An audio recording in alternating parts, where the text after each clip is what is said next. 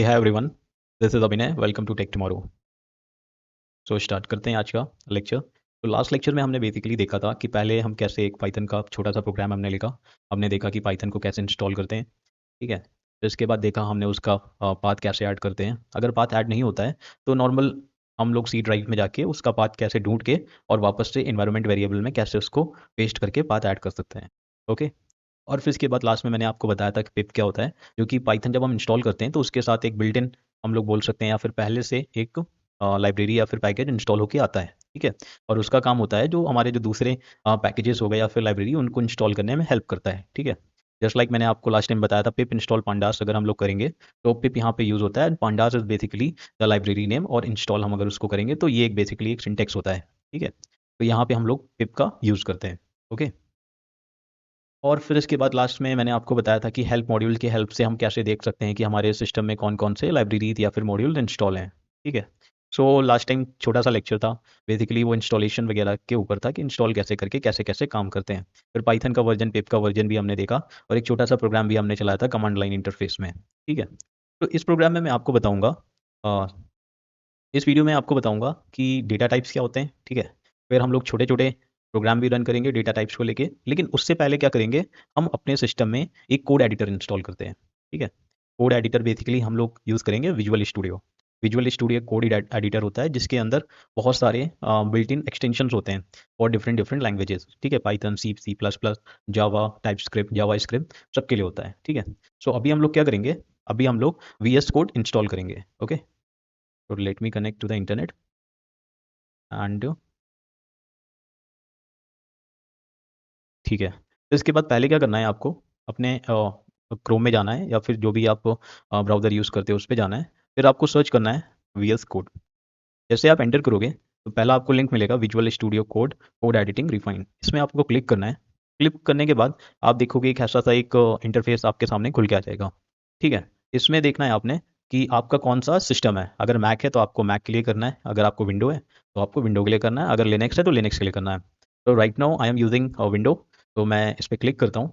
तो it is saying thank for downloading VS code for window, और ये download हो रहा है। So it will take a while. जब तक मैं आपको बता देता हूँ कि VS कोड होता है light weight but a powerful source code editor होता है, ठीक है। जिसमें बहुत सारे एक्सटेंशन होते हैं जो मैंने आपको बताया, C plus plus, C sharp, Java, Python, PHP, Go, .NET वगैरह उसमें होता है, ठीक है, एक्सटेंशन में। वो भी मैं आपको बताऊंगा कि कैसे जाके हम उसको इंस्टॉल कर सकते हैं, ठीक। तो ये आप देख सकते हो कि ये एक्सटेंशन है हमारे पास। टॉप एक्सटेंशन में पहले पाइथन आता है, फिर इसके बाद C++, extension of pack for Java, GitHub Copilot. तो काफ़ी चीज़ें होती हैं, ठीक है। अगर थोड़ा आपको इसको गो थ्रू करना है तो आप इसको थोड़ा पढ़ भी सकते हो, ठीक है। सो हमारा VS कोड इंस्टॉल हो गया है। तो इसको हम डायरेक्ट जाएंगे डाउनलोड पे, ठीक है। डबल क्लिक करेंगे इंस्टॉल करने के लिए। जैसे ही आपके एक GUI आ जाता है, इसको एक्सेप्ट करेंगे एग्रीमेंट को, फिर नेक्स्ट करेंगे। ओके। हमको देखो ये जो पाथ है यहाँ पे हमारा ये इंस्टॉल हो जाएगा VS कोड। फिर नेक्स्ट करेंगे, फिर नेक्स्ट करेंगे। यहाँ पे आपको कुछ भी चेक नहीं करना, ये ऑलरेडी ऐड टू पाथ इस पर चेक है, ठीक है। फिर नेक्स्ट करेंगे और फिर इंस्टॉल करेंगे।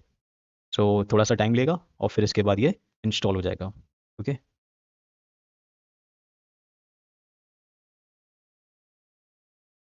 सो बेसिकली हमारा जो VS कोड है वो इंस्टॉल होता है। फिर करते हैं लॉन्च विजुअल स्टूडियो कोड और फिनिश करते हैं। सो अभी अब स्क्रीन पे देखोगे VS कोड आपके सिस्टम पे इंस्टॉल हो जाएगा, ठीक है। और ये कुछ साइन इन वगैरह मांगेगा, अभी फॉर नाउ इसको हम कट कर देते हैं, ठीक है। अब हमारे पास ये क्या कोड एडिटर है, ठीक है। लेकिन हमको क्या करना है, इसमें पाइथन का एक्सटेंशन इंस्टॉल करना है, ठीक है। उसके लिए क्या करना है, आपने नीचे जाना है, देखो आपको दिखेगा इस पे, जैसे आप ओवर करोगे explore, source control, run and debug, search, फिर एक्सटेंशन। तो आपको एक्सटेंशन में क्लिक करना है और यहाँ पे सर्च करना है पाइथन।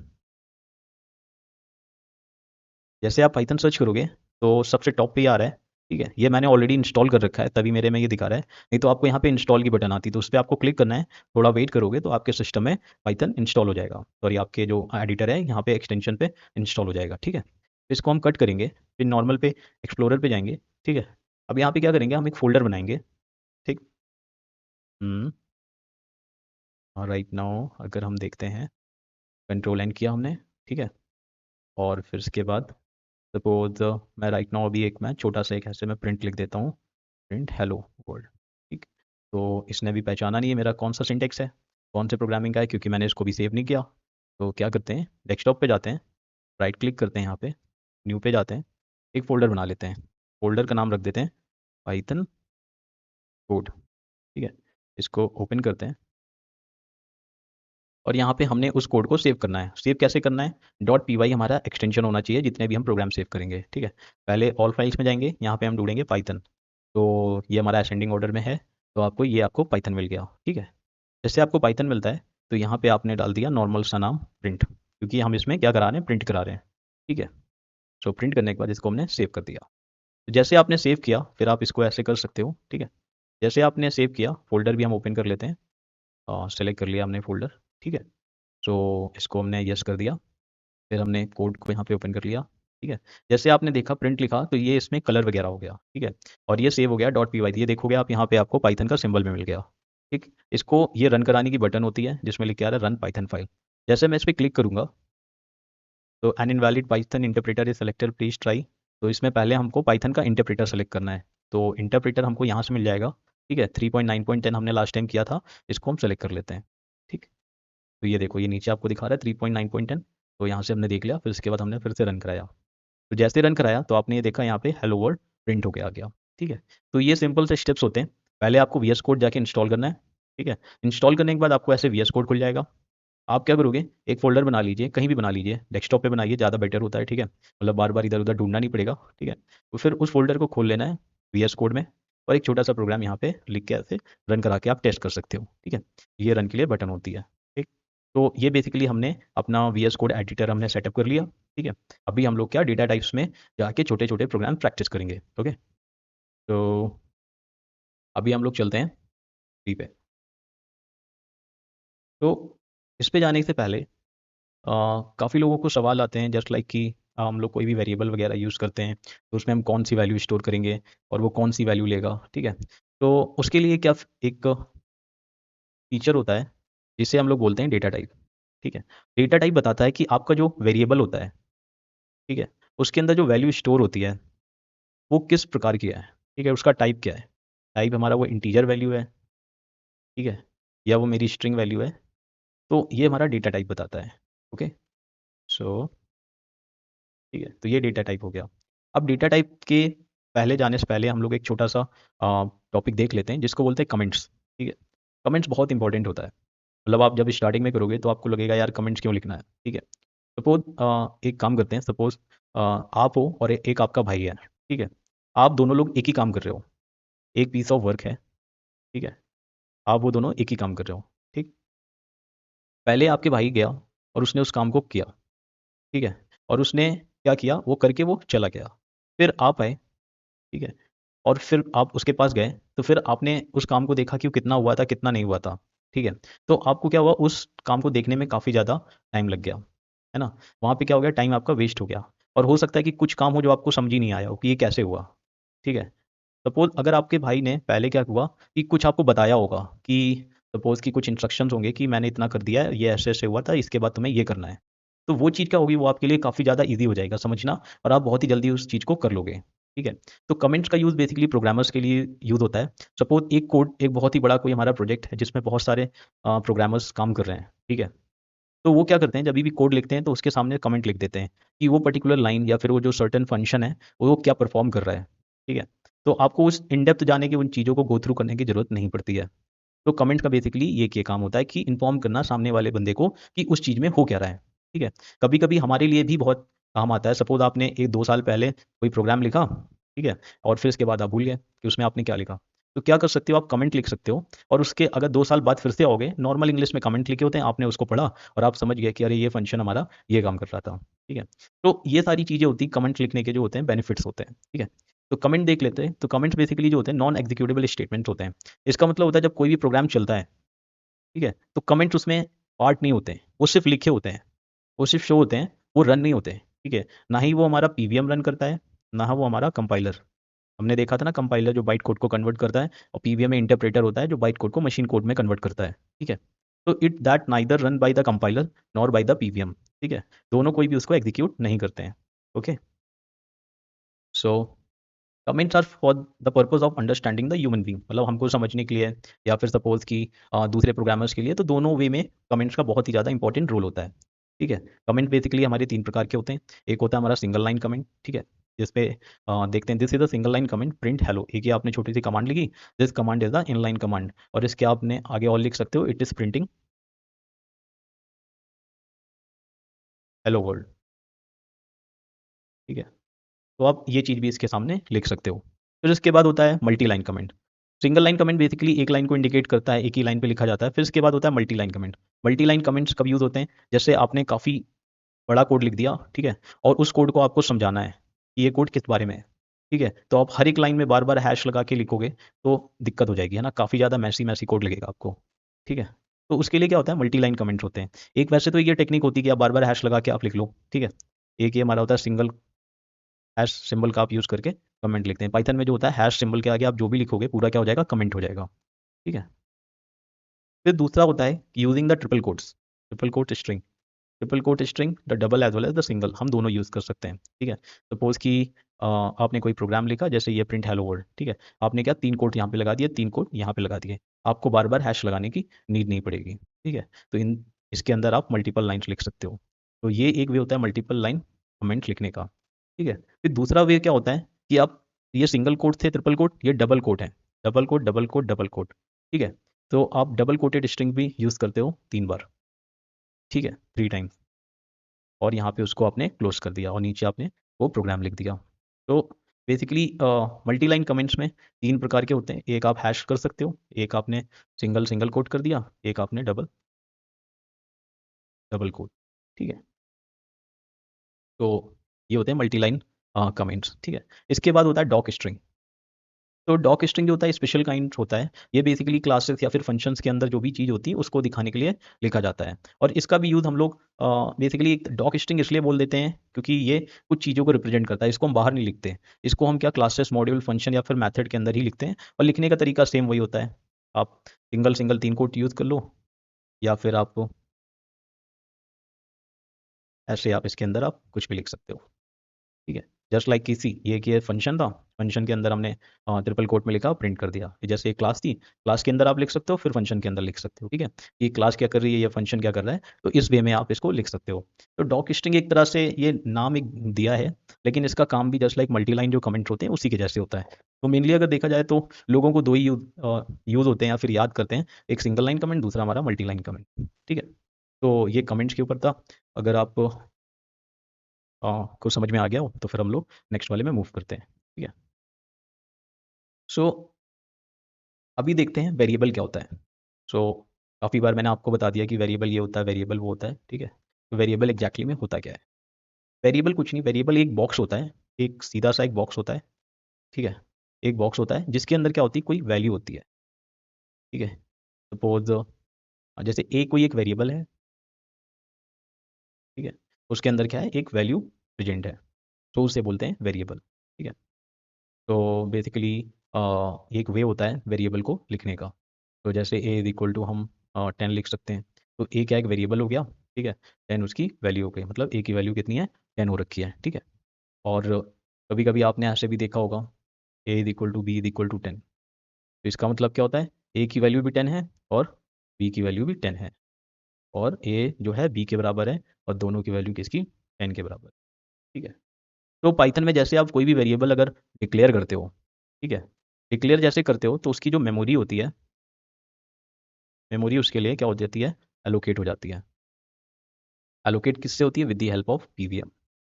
ठीक है, और ये जो मेमोरी हमारी जो एलोकेशन होता है, ये मैंने आपको ऑलरेडी बता रखा है कि हार्ड डिस्क या फिर एसएसडी में होती है। ठीक है, जो भी आपने यूज़ कर रखा है स्टोरेज के लिए। ठीक है, तो ये छोटा सा कंसेप्ट होता है मेमोरी का। अब इसके बाद हम लोग अपना जो मेन टॉपिक था, डेटा टाइप्स, जिसके लिए हमने इतनी थोड़ी सी तैयारी करी। पहले हमने देखा कमेंट्स क्या होते हैं। ठीक है, फिर हमने देखा वेरिएबल क्या होते हैं। ठीक है, और फिर इसके बाद हमने जो वीएस कोड जो हमने सेटअप किया, ठीक है, स्टार्टिंग में, तो इन सब का यूज़ हम लोग कहाँ पे करेंगे, अभी डेटा टाइप पे करेंगे। ठीक है, तो डेटा टाइप क्या होता है, डेटा टाइप बताता है कि आपका जो वेरिएबल है वो कौन सी वैल्यू स्टोर कर रहा है। ठीक है, अगर आपने जो वैल्यू इसके अंदर अगर 10 लिखी है, तो ये क्या होता है, ये इंटीजर होता है, इंटीजर वैल्यू होती है जो हम मैथ में पढ़ते हैं। ठीक है, इंटीजर होती है, तो ए का जो डेटा टाइप होगा वो क्या होगा, इंटीजर होगा। ठीक है, अगर ए की वैल्यू के अंदर कुछ लिखा है, सपोज सीमा लिखा है, ठीक है, तो ये क्या है, ये स्ट्रिंग है। तो इसका मतलब क्या है, ए जो है, ए का जो डेटा टाइप है वो हमारा क्या है, स्ट्रिंग है। तो डेटा टाइप बेसिकली बताता है आपकी वेरिएबल के अंदर जो भी वैल्यू जो स्टोर है उसका टाइप क्या है, ठीक है। सो यही हमारा होता है डेटा टाइप। तो डेटा टाइप के भी डिफरेंट डिफरेंट टाइप्स होते हैं। जैसे पहला हम देखेंगे न्यूमेरिक डेटा। न्यूमेरिक डेटा मतलब क्या होता है, वो नंबर को रिप्रेजेंट करता है, ठीक है। जिसमें पहले आता है हमारा इंट। तो इंट जो होता है रिप्रेजेंट करता है नंबर्स को, जो कि हमारे पॉजिटिव भी हो सकते हैं और नेगेटिव भी हो सकते हैं, ठीक है। फिर इसके बाद आता है फ्लोट डेटा टाइप। फ्लोट क्या करता है, हमारे डेसिमल नंबर्स को होता है। डेसिमल कभी भी हम लोग यूज़ करते हैं, मतलब बहुत सारे, जैसे टेम्परेचर हो गया, पाई की वैल्यू होती है 22/7, ठीक है, 3.14। तो ये क्या है, जब अगर हमको किसी भी सर्कल का एरिया निकालना है या फिर सरकमफेरेंस निकालना है, तो वहाँ पे हम पाई का यूज़ करेंगे ना, ठीक है। और उसका जो आंसर होगा हर बार थोड़ी ना वो नंबर्स में आएगा, ठीक है। पॉइंट के बाद भी तो कुछ आ सकता है ना। तो उन सब चीज़ों को डिनोट करने के लिए हम लोग क्या यूज़ करते हैं, फ्लोट, ठीक है। फ्लोट क्या होता है, डेटा टाइप होता है, ओके। फिर इसके बाद होता है कॉम्प्लेक्स। तो कॉम्प्लेक्स नंबर क्या होता है, जैसे हमने मैथ में पढ़ा था a+bj, ठीक है। इसमें जो a होता है ये हमारा रियल नंबर होता है, ये जो हमारा होता है ये इमेजिनरी नंबर होता है, ठीक है।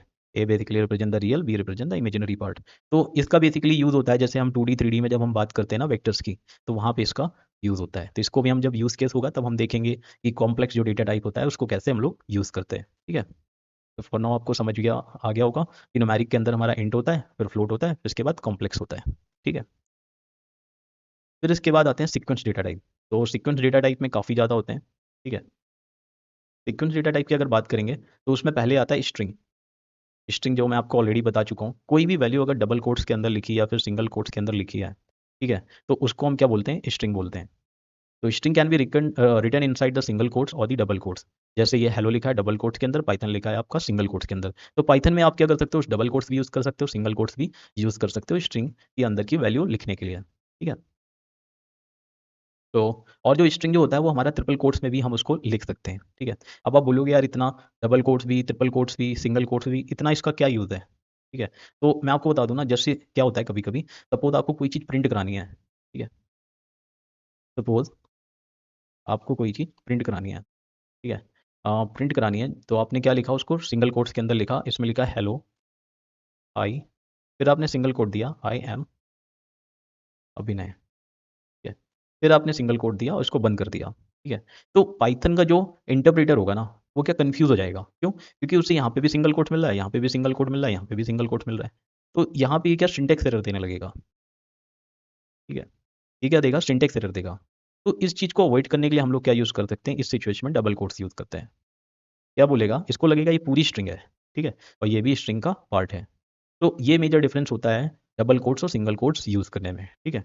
सपोज आपने ऐसी कोई वैल्यू लिखी होगी जिसके अंदर डबल कोट्स यूज़ हो रहा हो, तो उस सिचुएशन में आप क्या ट्रिपल कोट्स यूज़ कर सकते हो, ठीक है। तो ये फंक्शंस वगैरह लिखते हैं, मैथ के जब फॉर्मूलाज वगैरह लिखते हैं ना, या फिर कोई वैल्यूज़ वगैरह लिखते हैं, तो वहाँ पे ये सारी सिचुएशन अराइज हो जाती हैं। तभी पाइथन जो होता है सिंगल कोट्स, डबल कोट और ट्रिपल कोट तीनों फ्लेक्सिबिलिटी हम लोगों को प्रोवाइड करता है, ठीक है। आई होप ये आपको समझ में आ गया होगा, ओके। सो इसी वजह हमको ट्रिपल कोट भी मिलता है। फिर स्ट्रिंग में कुछ ऑपरेशन होते हैं, जैसे होता है स्लाइस ऑपरेशन। तो स्लाइस क्या होता है, स्लाइस बेसिकली काम करता है स्ट्रिंग के अंदर का कुछ पार्ट निकालने के लिए, मतलब जैसे स्लाइस बोलते हैं मतलब काटना। तो कुछ पार्ट को क्या कर देता है, काट देता है, ठीक है। और उसको यूज़ करने के लिए हम लोग स्क्वायर ब्रैकेट का यूज़ करते हैं, और अंदर हम वैल्यू लिख देते हैं कहाँ से कहाँ तक काटना है, ठीक है, वो पार्ट। सो इस चीज़ को हम कोडिंग से देखेंगे, ठीक है। सो क्या करते हैं, मैंने एक छोटा सा प्रोग्राम लिखा है, इसको पूरा कॉपी कर लेते हैं, ठीक है। कॉपी करने के बाद हम अपने VS कोड में जाएंगे, इसको इरेज कर देते हैं, नहीं नहीं इसको रहने देते हैं। एक कंट्रोल N दबाओगे तो आपको नया खुल जाएगा यहाँ पे, ठीक है। और आपको क्या करना है, इसको थोड़ा नीचे कर दो, तो फिर इसको आप इसको कट कर दो, ठीक है। यहाँ पे क्या करना है, कंट्रोल V करना है आपको, ठीक है। कंट्रोल V किया तो जो मैंने कॉपी किया था वो मेरा पेस्ट हो गया, ठीक है। एक सबसे इंपॉर्टेंट चीज़ है कि पाइथन में जो है इंडेंटेशन का बहुत ज़्यादा ध्यान रखना होता है, ठीक है, नहीं तो प्रोग्राम चलेगा नहीं। अभी देखो अभी क्या है, अभी इस सबको हम क्या कर सकते हैं, कमेंट कर सकते हैं। जैसे मल्टी लाइन कमेंट है, बहुत सारी लाइन है, ठीक है। तो क्या कर सकते हैं, 3 हमने कोट लगाए, तो यहाँ पे हमने 3 कोट लगा दिए, तो ये वैल्यू क्या हो गई हमारी, कमेंट आउट हो गई, ठीक है। ये हो गई कमेंट, बोलते हैं कमेंट आउट हो गई। तो अभी हमारे पास क्या है, तो थोड़ा जूम करते हैं। अभी हमारे पास क्या है, एक एस है, एक वेरिएबल है, ठीक है। जैसे इस पर आप ओवर करोगे तो इसमें देखो दिखा रहा है variable s is equal to literal welcome to Python, ठीक है। ये इसके अंदर ये वैल्यू सेव है, ठीक है। अभी जब हम इसको रन कराएंगे तो सेव करा लेते हैं उससे पहले, तो इसमें हम देखेंगे स्लाइस लिख लेते हैं, स्लाइस, और नीचे एक्सटेंशन सेव एज पाइथन तो है ही है, स्लाइस करके सेव कर देते हैं। जैसे सेव किया, फिर इसके बाद हमने इसको रन किया, तो जैसे हम रन कराएंगे तो कुछ भी आउटपुट नहीं आया, प्रोग्राम हमारा चल गया, कोई एरर नहीं आया। आउटपुट क्यों नहीं आया? क्योंकि हमने यहाँ पे कुछ भी प्रिंट नहीं कराया। ठीक है, प्रिंट कराने के लिए क्या करते हैं, प्रिंट कराने के लिए हम लोग क्या करेंगे, बेसिकली हम यहाँ पे लिखेंगे प्रिंट एस। ठीक है, जैसे हमने प्रिंट एस लिखा और फिर से हमने सेव करके फिर से रन कराया, तो यहाँ पे देखोगे आपको आउटपुट मिलता है welcome to Python, same to same वही लाइन प्रिंट हो गई। ठीक है, लेकिन यहाँ पे तो हमको स्लाइस फंक्शन यूज़ करना था, तो हमने सिंगल लाइन लिखा और हमने लिखा स्लाइस फंक्शन। ठीक है, अब हमको क्या करना है, प्रिंट करना है एस को। ठीक है, कितना करना है हमको, सपोज पहला कैरेक्टर करना है। तो पाइथन में एक चीज़ होती है, जो पहला जो कैरेक्टर होता है, ठीक है, वो जीरो इंडेक्सिंग से स्टार्ट होता है, 0 1 2 3 4 5 6, स्पेस को 7 काउंट करेगा, 8 9 10 11 12 13 14 15 16। ठीक है, कमेंट्स वगैरह को काउंट नहीं करता है। जैसे मैंने इसमें लिखा जीरो इंडेक्स, ठीक है, और फिर इसके बाद मैंने इसको फिर से रन कराया, तो इसमें देखो क्या लिख के आया, वेलकम टू पाइथन, और नीचे लिखा है डब्लू, मतलब जो जीरो वाली पोजीशन पे क्या है, एस जो स्ट्रिंग है, इसकी जीरो वाली पोजीशन में हमारे पास क्या है, डब्लू है। ठीक है, तो ये हमने प्रिंट करा दिया। ठीक है, फिर सपोज हमको कोई वैल्यू प्रिंट करानी है, एस ऑफ, एस कहाँ से करानी है हमको, 3 से लेके 8 तक हमको वैल्यू प्रिंट करानी है। ठीक है, मतलब इंडेक्स 3 से लेके, जैसे 0 1 2 3, सी से आना चाहिए, 8 तक जाना चाहिए। ठीक है, इसमें सबसे इंपॉर्टेंट चीज़ एक ये याद रखने वाली है, ये जो 8 होता है यहाँ तक वैल्यू नहीं जाती, इससे एक वैल्यू माइनस अर्थम में जाती है। ठीक है, मतलब ये 3 से 7 तक प्रिंट कराएगी, 7 को इंक्लूड करेगी, 8 को एक्सक्लूड कर देगी। ठीक है, अब इसको फिर से हम रन कराते हैं। जैसे हमने इसको रन कराया, तो ये देखो इसने क्या प्रिंट कराया, कम। क्यों? क्योंकि 0 1 2 3 4 5 6 7 में क्या था, स्पेस था, यहाँ पे स्पेस भी प्रिंट हुआ है, ऐसा नहीं कि स्पेस प्रिंट नहीं हुआ है। अगर आपको देखना है, एक यहाँ पे हम एक और ई लगा देते हैं। ठीक है, फिर हमने क्या किया, सेव किया, फिर हम इसको रन करते हैं, तो ये देखो 2 ही आ गए, हमारे वैल्यू वही बिल्कुल सेम टू सेम थी, हमने कोई भी चेंज नहीं किया। ठीक है, तो ये बेसिकली स्लाइस फंक्शन होता है कि स्लाइस से हम कैसे कैसे जो वैल्यू होती है उसको हम रिट्रीव कर सकते हैं, मतलब स्ट्रिंग को कैसे हम काट सकते हैं, अगर कोई हमको वैल्यू चाहिए किसी पर्टिकुलर इंडेक्स से, तो कैसे हम उसको उठा सकते हैं। ठीक है, और इंपॉर्टेंट चीज़ ये जो पाइथन जो होती है, पाइथन में इंडेक्सिंग माइनस से भी होती है। ठीक है, सपोज जैसे मेरे को लास्ट वाला चाहिए एन, तो उसके लिए आप क्या कर सकते हो, -1 लिख दो। ठीक है, स्टार्टिंग से 0 से होती है, पीछे से -1 से होती है, -1 -2 -3 -4 -5 -6 -7 -8 -9 -10 -11 -12। ठीक है, इस वे में क्या होता है, पीछे से माइनस में चलता है राइट हैंड साइड से, और लेफ्ट हैंड साइड से क्या होगा, आपका जीरो से चलेगा। तो एक बार फिर से हम इसको रन करा के देख लेते हैं। जैसे आपने रन कराया, तो पहले का आंसर था वेलकम टू पाइथन, दूसरे का था डब्लू जो जीरो इंडेक्स पे, फिर 3 से 8 तक का स्लाइस था कम, यहाँ पे स्पेस है, ये भी इंक्लूड हो रहा है, लेकिन वहाँ अभी हमको दिख नहीं रहा है। लास्ट में देखो हमने -1 कराया, तो यहाँ पे वैल्यू आ रही है एन। ठीक है, तो ये बेसिकली था हमारा पाइथन में स्लाइस फंक्शन। ठीक, सो हमने स्लाइस देख लिया। ठीक है, एक और ऑपरेटर होता है जिसे हम बोलते हैं मल्टीप्लिकेशन। ये क्या करता है, ये आपका वैल्यू को रिपीट करता है। ठीक है, सपोज हम फिर से जाते हैं अपने वी एस कोड पे, इसको कट करते हैं। ठीक है, और इन सबको क्या कर देते हैं, अभी डिलीट कर देते हैं। अभी हमको क्या करना है, जैसे हमने मल्टीप्लिकेशन वाला ऑपरेटर हमने देखा, ठीक है, तो क्या करता है, वो चीज़ों को रिपीट करता है। सपोज हमने प्रिंट लिखा और यहाँ पे हमारी स्ट्रिंग एस थी, और इंटू किया 2, तो ये क्या करेगा, वेलकम टू पाइथन को 2 बार लिख के प्रिंट कर देगा। ठीक है, इसको रन करके देखते हैं। रन किया हमने, तो सी ये क्या हो गया, welcome to Python, welcome to Python, है ना। ये देखो ये लास्ट में जो आ रहा है, ये इसको हम CLS कर लेते हैं, फिर एक बार रन करके हम लोग देखते हैं।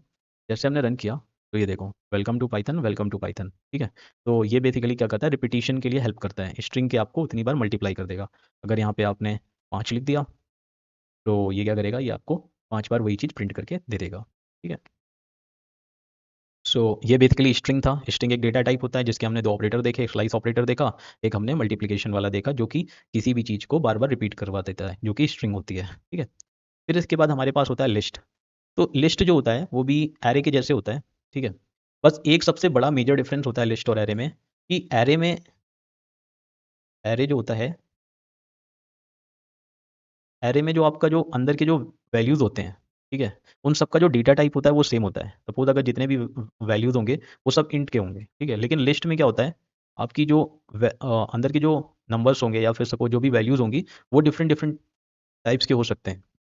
सपोज ये आपका इंट होगा, ये आपका स्ट्रिंग भी हो सकता है, ये आपका फ्लोट भी हो सकता है, बाकी कोई भी डिफरेंस नहीं होता है। ठीक है, और एक और डिफरेंस होता है कि जो लिस्ट में जो मेमोरी एलोकेशन होता है ये डायनेमिक होता है, मतलब जैसे जैसे आप ऐड करते रहोगे वो अपनी एक एक मेमोरी बढ़ाता रहेगा। लेकिन एरे में क्या होता है कि इसमें डायनेमिक नहीं होता है, इसमें स्टैटिक होता है। ठीक है, ये क्या करता है, ये अपने एन टाइम्स में मेमोरी एलोकेट करता है, क्योंकि हम बाद में देख लेंगे कि कैसे करता है। ठीक है, बाकी मेमोरी मैनेजमेंट जो लिस्ट में होता है काफ़ी अच्छा होता है, क्योंकि इसमें डायनेमिक होता है। इसमें क्या करता है, इसमें अगर कोई भी वैल्यू चाहिए आपको, ठीक है, और ये खत्म हो गई एरे, ठीक है, तो ये क्या करता है, अगर आपको एक वैल्यू चाहिए तो 5 स्पेस क्रिएट करके छोड़ देता है, भले आप उनको यूटिलाइज करो ना करो। तो ये सबसे बड़ा मेजर ड्रॉबैक होता है एरे का। ठीक है, लिस्ट में क्या होता है, जैसे आपने एक वैल्यू ली तो वो हो गई, ये आपको नहीं क्रिएट करेगा जब तक आपको इसकी नीड नहीं होगी। तो एक तरह से आप ये समझ सकते हो, यहाँ पे जो स्पेस जो होता है, मेमोरी एलोकेशन जो होता है ना, वो करके रख देता है एरे, लेकिन लिस्ट करके नहीं रखता है।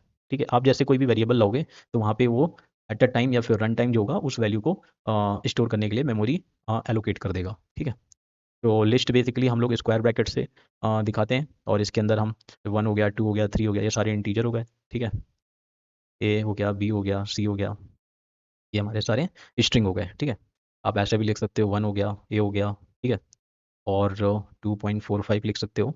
तो ये लिस्ट की फ्लेक्सिबिलिटी होती है कि इसमें आप जो डेटा टाइप होते हैं आप कोई भी यूज़ कर सकते हो। ठीक है, ऐसा नहीं है कि सेम सेम डेटा टाइप हो। ओके, फिर इसके बाद बात करते हैं टपल्स की। तो टपल जो होता है, टपल बेसिकली हमारा स्क्वायर ब्रैकेट जो होते हैं इससे रिप्रेजेंट हम लोग करते हैं। ठीक है, और टपल भी एक तरह से लिस्ट के जैसे ही होते हैं, बस एक सबसे बड़ा इसमें जो डिफरेंस होता है, जो टपल होते हैं वो मॉडिफाई नहीं कर सकते हो, उनकी जो वैल्यू होती है उनको आप मॉडिफाई नहीं कर सकते हो। ठीक है, लेकिन जो लिस्ट होता है, लिस्ट में हम वैल्यू मॉडिफाई कर लेते हैं। तो अभी हम लोग वो देखेंगे कि कैसे हम वैल्यू मॉडिफाई करते हैं। ठीक है, एक छोटा सा प्रोग्राम बना के। ओके, सपोज फिर हमने कंट्रोल एन किया और इसको हम पहले ही सेव कर लेते हैं। इसमें हम करते हैं लिस्ट स्लैश टपल। ठीक है, सेव एज पाइथन, हमने सेव किया। हमने सपोज एक हमने लिस्ट ले ली जिसमें 1 2 3 4 था। ठीक है, फिर हमने इसको प्रिंट कराया ये। ठीक है, जैसे हमने इसको रन कराया तो ये लिस्ट की वैल्यूज हमारे पास सामने आ गई। ठीक है, इसको मैं क्लियर कर लेता हूँ, क्लियर के लिए आप CLS यूज़ कर सकते हो, कमांड क्लियर हो गया।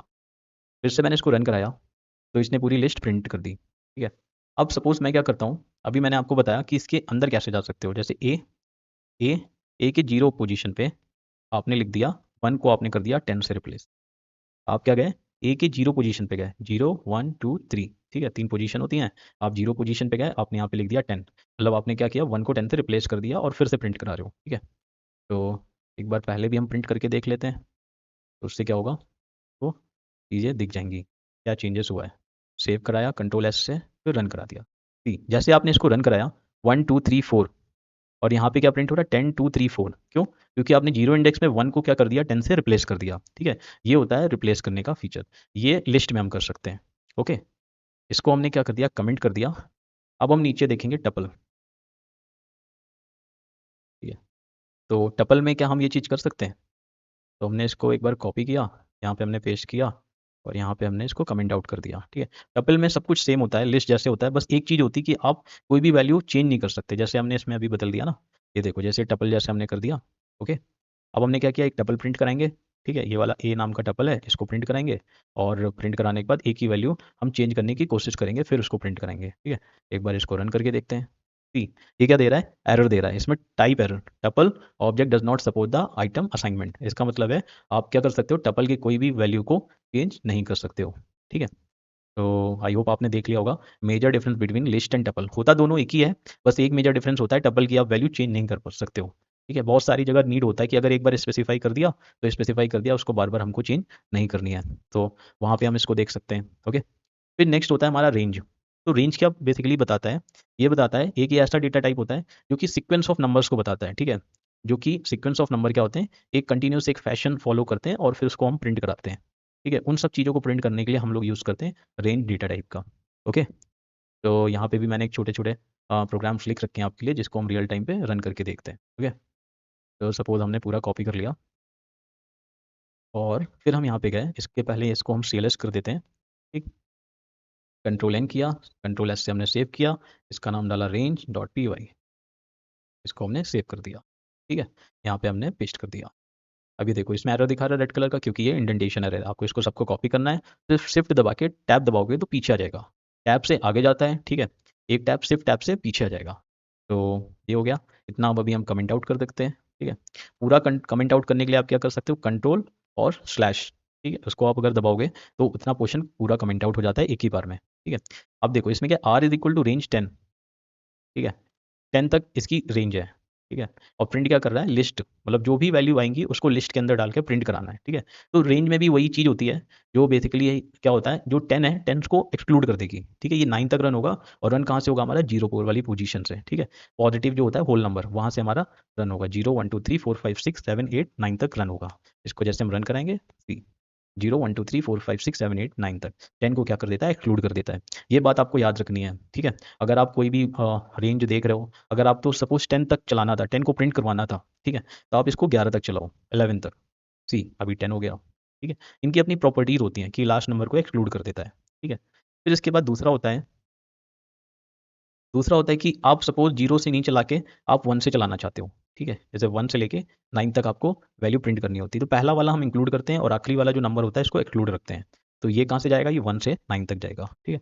इसको जैसे हमने रन कराया, सी ये कहाँ से जा रहा है, ये 1 से लेके 9 तक जा रहा है। ओके। सो एक ये हो गया।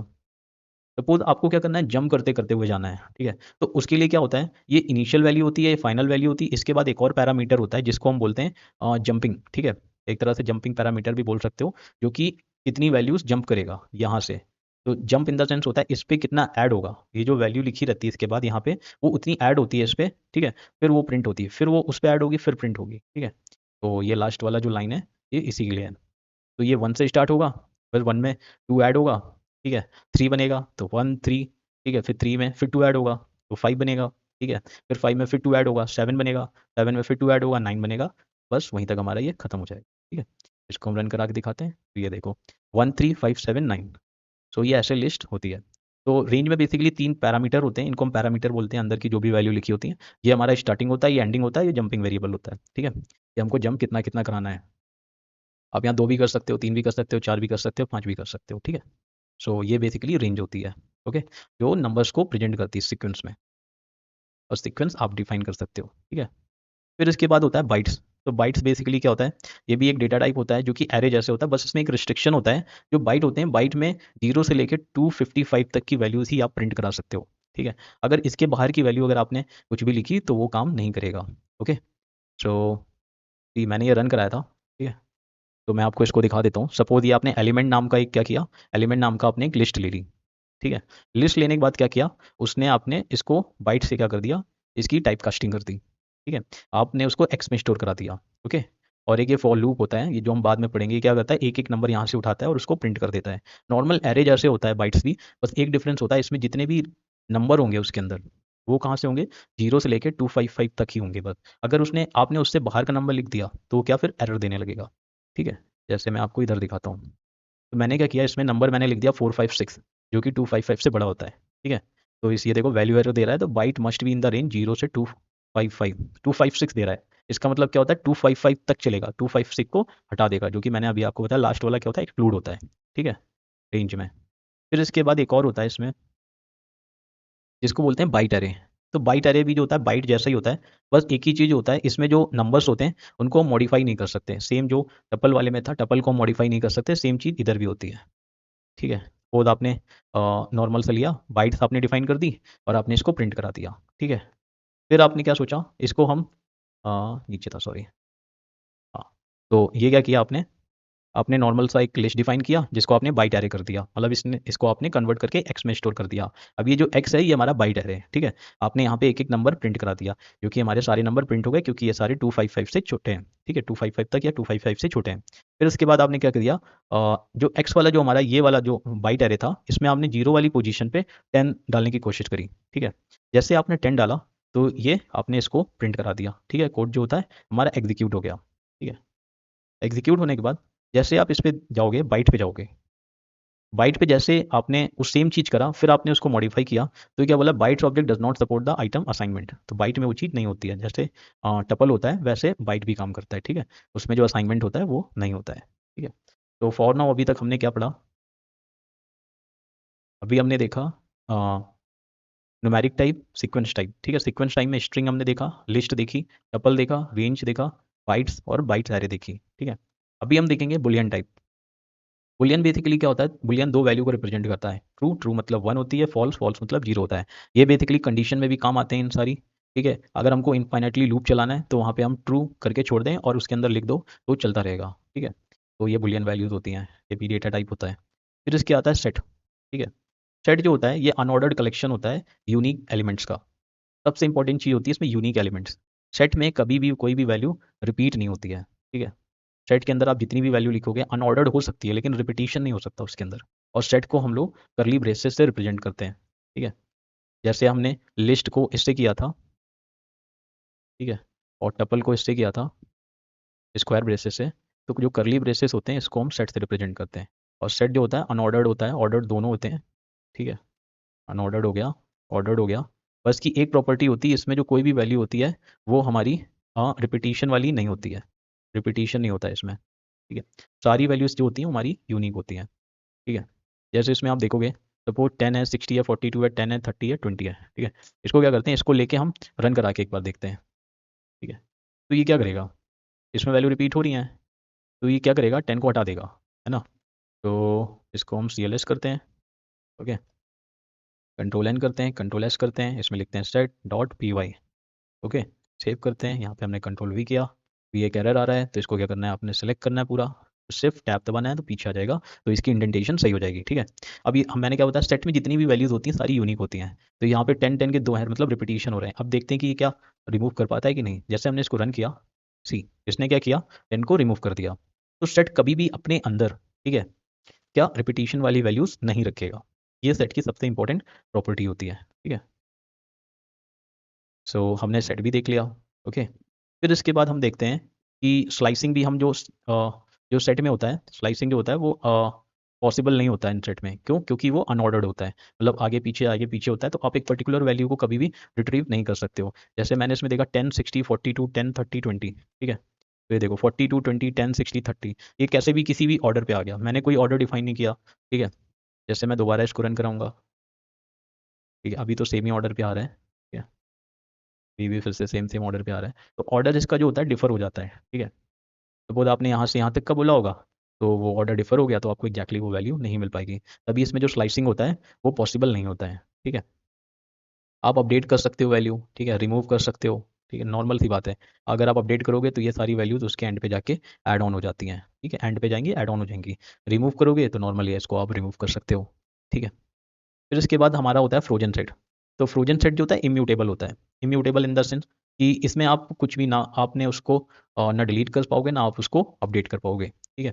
ये दोनों जो कंडीशन होती हैं हट जाती हैं, बाकी सारी चीज़ें सेम होती हैं, ओके। यूनिक कलेक्शन सेम, वही सेम प्रॉपर्टी होती है, बस इसकी ये दो प्रॉपर्टीज आपकी हट जाती हैं फ्रोजन सेट से, ओके। फिर इसके बाद आता है मैपिंग। तो मैपिंग बेसिकली क्या होता है, एक तरह से डिक्शनरी का काम करता है। तो डिक्शनरी में आपको बता देता हूँ कि इसमें एक की वैल्यू पेयर होती है, एक की होता है, उसके अगेंस्ट में एक वैल्यू होती है, फिर एक की होती है, फिर उसके एक अगेंस्ट में एक और वैल्यू होती है, ठीक है। सपोज ये मैंने एक डिक्शनरी असाइन करी, ठीक है। इसको मैं कॉपी करता हूँ और फिर इसके बाद यहाँ पे मैं पेस्ट करता हूँ, ठीक है। सो इसके लिए भी नया बना लेते हैं, ठीक है, सेव किया और इसका नाम हमने डिक्स रख दिया, डिक्शनरी, ठीक है, .py, सेव कर दिया। फिर यहाँ पे हमने इसको प्रिंट किया, इंडेंटेशन एरर आ रहा है, इसको सेव बैक कर दिया, ठीक है। इसको जैसे मैं इसको रन करूँगा तो इसके पहले इसको क्लियर कर लेते हैं। जैसे रन करूँगा, सी इसने क्या किया, name Alice age 25 city New York, ठीक है। तो ये क्या किया इसने, की वैल्यू इसने प्रिंट कर दिया। अगर मुझे कुछ और ऐड करना है तो आपको क्या सेपरेटर कॉमा यूज़ करना है, और फिर इसके बाद जैसे इसने जैसे सजेशन दे दिया मुझे कंट्री ऐड करना था, तो जो भी वैल्यू होगी, ठीक है, जो भी की होगी उसको हमेशा आपको डबल कोट्स के अंदर लिखना है, ठीक है। फिर कोलन आएगा, फिर उसके सामने की वैल्यू आएगी। अगर आपकी वैल्यू स्ट्रिंग है तो डबल कोट्स या सिंगल कोट्स के अंदर लिखिए, अगर नंबर है तो उसको नॉर्मल से लिख दीजिए, ठीक है। तो जैसे मैं इसके अंदर देखता हूँ तो मैंने इसको ऐसे कर दिया कि अभी एरर आ रहा है क्योंकि स्ट्रिंग है, तो मैंने डबल कोट्स के अंदर लिख के इसको बंद कर दिया।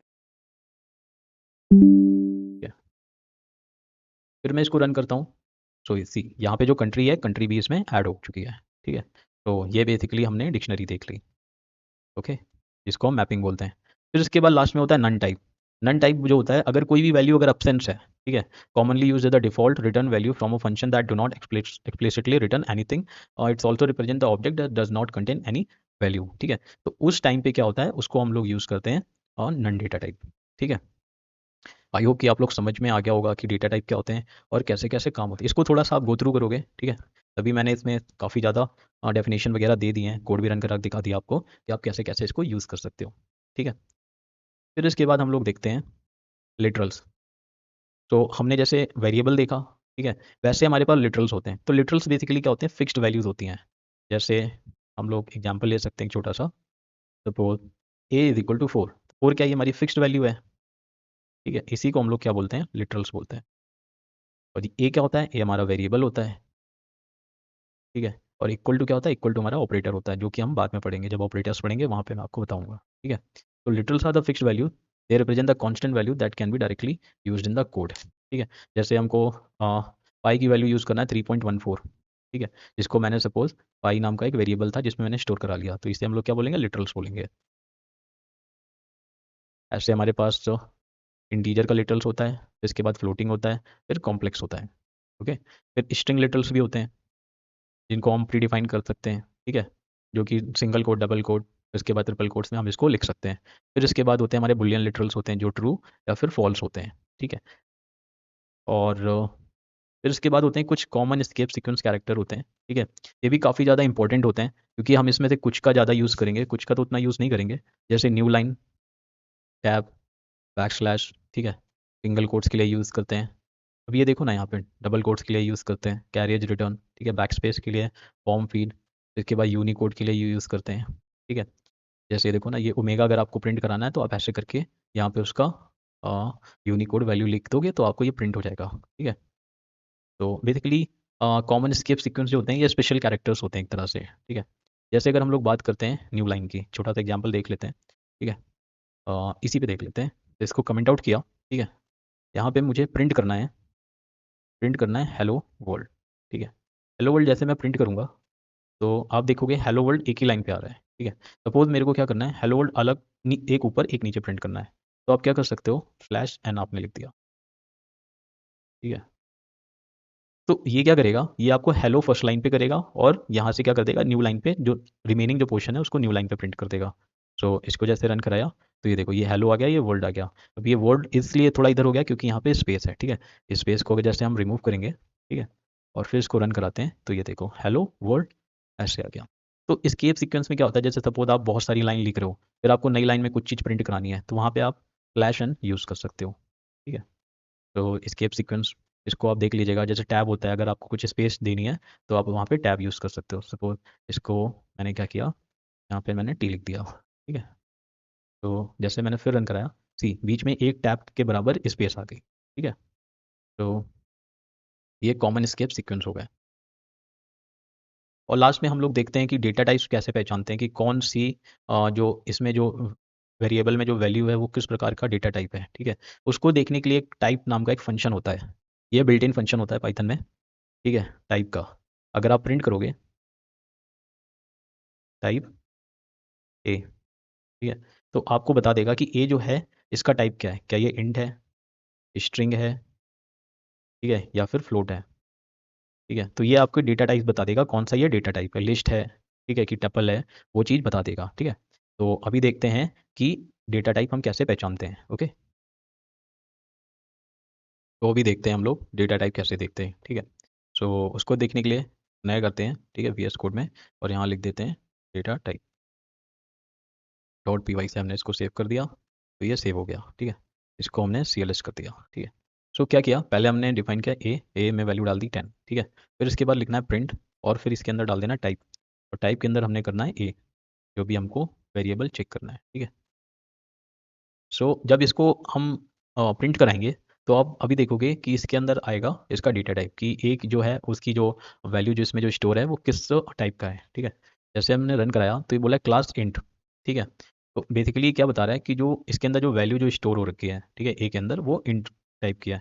अगर मैं इसको अगर पॉइंट अगर लिख देता हूँ, फ्लोट बना देता हूँ, ठीक है, फिर मैं रन कराता हूँ तो ये बता देगा क्लास फ्लोट। ठीक है, अगर मैं इसको स्ट्रिंग लिखता हूँ, हेलो वर्ल्ड, ठीक है, तो ये क्या बताएगा, ये स्ट्रिंग का है। ठीक है, अगर मैं इसको एक लिस्ट डिफाइन कर देता हूँ, ठीक है, जैसे मैंने लिस्ट किया फिर मैं रन कराया तो ये बता रहा है क्लास लिस्ट। तो इस वे में आप क्या कर सकते हो, आप डेटा टाइप देख सकते हो कि उस वेरिएबल जो है कोई भी, उसका डेटा टाइप क्या है, ठीक है। तो इसका मतलब क्या होता है, ये जो है ऑब्जेक्ट है ऑफ द क्लास इंट, जैसे हमारा जो आ रहा था यहाँ पे क्लास इंट, ठीक है। तो जो ए जो है हमारा ऑब्जेक्ट है कौन सी क्लास का, इंट क्लास का, क्योंकि वैसे भी हम ए जो है इसको क्या बोलते हैं, जो इक्वल टू की इधर होता है उसे हम लोग बोलते हैं ऑब्जेक्ट, ठीक है। और इसका जो क्लास है वो इंट है। फिर इसके बाद यार आप लोग सोच रहे होंगे इसमें स्ट्रिंग होता है, क्या पाइथन में कैरेक्टर नाम का डेटा टाइप नहीं होता, कैर नहीं होता, जैसे हमारे सी प्लस प्लस जावा में होता है, क्या इसमें ऐसा डेटा टाइप नहीं होता? तो इसका आंसर है नहीं, ऐसा कोई कंसेप्ट नहीं होता कैरेक्टर का, ठीक है, पाइथन में। तो आप मतलब ऐसा नहीं देख पाओगे कहीं भी, अगर हम चेक करते हैं तो जैसे हम चेक करेंगे तो वहाँ पे भी हमको क्या दिखाएगा, पाइप स्ट्रिंग दिखाएगा, ठीक है। सपोज एक हमने कोई कैरेक्टर इसके अंदर डाल दिया सी, ठीक है, और फिर इसके बाद हम इसको जब प्रिंट करेंगे तो देखो ये क्या दिखा रहा है, क्लास स्ट्रिंग। ये कैरेक्टर नहीं दिखाएगा क्योंकि कैरेक्टर नाम का डेटा टाइप पाइथन में नहीं होता है, ओके। सो एक ही हो गया। फिर जैसे अभी हमने कुछ डेटा टाइप देखे जो कि लिस्ट थे, एरे थे ना, इंट था, फ्लोट था, फिर इसके बाद एरे हो गया, लिस्ट हो गया, ठीक है। ये बिल्ट इन डेटा टाइप्स होते हैं, बिल्ट इन इनको बोलते हैं। कुछ डेटा टाइप जो यूज़र बनाता है जब वो प्रोग्रामिंग करता है, ठीक है, जैसे एरे, क्लास, मॉड्यूल्स, ठीक है, ये सारे होते हैं यूज़र डिफाइंड डेटा टाइप। फिर होती है कांस्टेंट, जो कांस्टेंट जो होता है वो सेम होता है वेरिएबल के, बट उसकी जो वैल्यू होती है उसको हम चेंज नहीं कर पाते हैं थ्रू आउट द प्रोग्राम, ठीक है, जिसको हमने फिक्स कर दी, ओके। तो उस वैल्यूज़ को उन चीज़ों को हम लोग बोलते हैं कांस्टेंट। फिर इसके बाद होते हैं reserve words. Reserve words basically special kinds of word होते हैं जो कि स्पेशल मीनिंग कन्वे करते हैं, मतलब प्रोग्राम्स में क्या करते हैं, स्पेशल मीनिंग कन्वे करते हैं। तो जैसे फॉल्स हो गया, नन हो गया, ट्रू हो गया, एंड एस हो गया, ठीक है, इफ़ होता है, एलिफ होता है, तो ये सब क्या होते हैं, रिजर्व वर्ड्स होते हैं। इनको आप नॉर्मली ऐसा वेरिएबल फंक्शन के नाम यूज़ नहीं करते हो, ठीक है। अगर आप इसको यूज़ करोगे तो आपके प्रोग्राम में एरर आ जाएंगी, ओके। तो ये सारे होते हैं रिजर्व वर्ड्स, या फिर इनको हम लोग बोलते हैं कीवर्ड्स होते हैं, ठीक है। स्पेशल होते हैं, इनकी अपनी अपनी स्पेशल मीनिंग होती है। ब्रेक, क्लास, कंटिन्यू, डेफ, जब कोई भी फंक्शन हम डिफाइन करते हैं पाइथन में तो आगे डेफ लिखते हैं, इसके बाद उसका नाम लिखते हैं, ठीक है। L, elif, else, except, finally, for, from, global, if, import, in, if, lambda, nonlocal, तो काफ़ी ज़्यादा होते हैं, ठीक है। तो इनको आप नॉर्मली वेरिएबल या फिर फंक्शन का नाम, ठीक है, इन सारी चीज़ों में इसको आप नहीं यूज़ करोगे, ठीक है। सो बेसिकली यही था आज की क्लास में, हमने डेटा टाइप देखा, ठीक है। स्टार्टिंग हमने करी VS कोड से, तो हमने इंस्टॉल किया, सेटअप किया, और फिर इसके बाद हमने देखा कमेंट्स क्या होते हैं, ठीक है, डिफरेंट टाइप्स ऑफ कमेंट देखे। फिर इसके बाद हमने देखा यहाँ पे वेरिएबल, वेरिएबल के बाद डेटा टाइप्स हमने देख लिए। डेटा टाइप्स के बाद हमने देखा लिटरल्स क्या होते हैं, ठीक है, जो कि कांस्टेंट होते हैं, वैल्यू जो होती है कांस्टेंट होती है, ठीक है। और वो साइन कहाँ होते हैं, एक वेरिएबल के अंदर होते हैं, ठीक है। फिर हमने कुछ एस्केप सीक्वेंस कैरेक्टर देखे, कॉमन, हेलो वर्ल्ड, जैसे बैकस्लैश एन हो गया, ठीक है, टैब के लिए हो गया, और फिर उसके बाद double quotes, single quotes, form feed, new line, ठीक है, उसके लिए हमने देखा। फिर लास्ट में हमने देखा कि जब हम डेटा टाइप डिफाइन कर देते हैं तो कैसे पहचानेंगे, कि सपोज अगर आपको नहीं पता चल रहा है ना, तो आप कैसे पहचानोगे कि उसका डेटा टाइप क्या है। तो उसके लिए एक फंक्शन होता है टाइप, तो आप टाइप के अंदर उस वेरिएबल का नाम लिख दो और प्रिंट करा दो, तो वो बता देगा आपको कि ये जो वेरिएबल है इसके अंदर कौन सा डेटा टाइप है, किस टाइप का है, स्ट्रिंग है, कैरेक्टर स्ट्रिंग है, इंट है, फ्लोट है, लिस्ट है, टपल है, जो भी है वो बता देगा, ठीक है। तो this was all about today's lecture. तो आई होप कि आप लोगों को समझ में आया होगा डेटा टाइप, मतलब काफ़ी इन डेप्थ था, थोड़ा सा मे बी काफ़ी लेंदी हो गया होगा ये, ठीक है, लेकिन सारी डिटेल जो भी थी सारी मैंने प्रोवाइड करने की कोशिश किया है कि सारा चीज़ मैं इसमें कवर करूँ, तो आपको मतलब कभी दोबारा इसको गो थ्रू करने की ज़रूरत नहीं पड़े, कोई और चीज़ रेफ़र करने की ज़रूरत नहीं पड़ेगी, ठीक है। तो आई होप कि आपको पसंद आया हो, तो चैनल को या लाइक करो, सब्सक्राइब करो, और प्लेलिस्ट फॉलो करते रहना, ठीक है, जनरेटिव AI की एज वेल एज पाइथन की। Okay, thank you, bye.